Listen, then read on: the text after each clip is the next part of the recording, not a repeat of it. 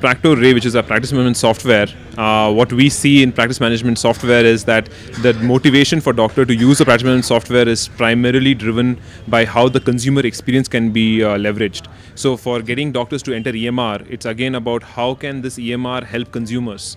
If we can figure that out and if we are able to implement that, I think the EMR adoption will start increasing very fast. Everybody needs a leverage for making it happen.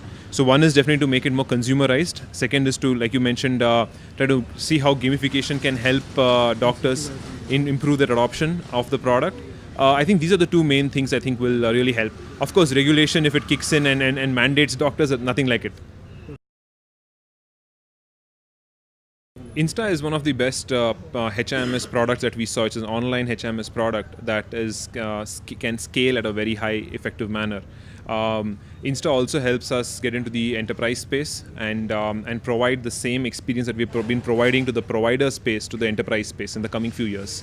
Insta, with its presence in 15 countries, complements our presence. So I think with Insta inside Practo, we can make hospital management a much more stickier product and drive even consumer experience inside a hospital through Insta. So we can do that together. Perfect, and good luck. Thank you. I think mantras for success is the first one is have a vision.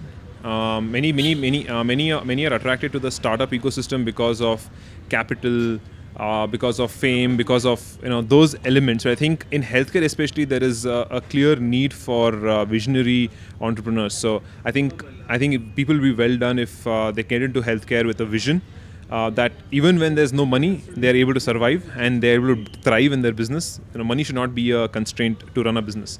The second mantra would be to be able to build a business model that's very scalable. Healthcare IT has particularly failed because of lack of scalable business models.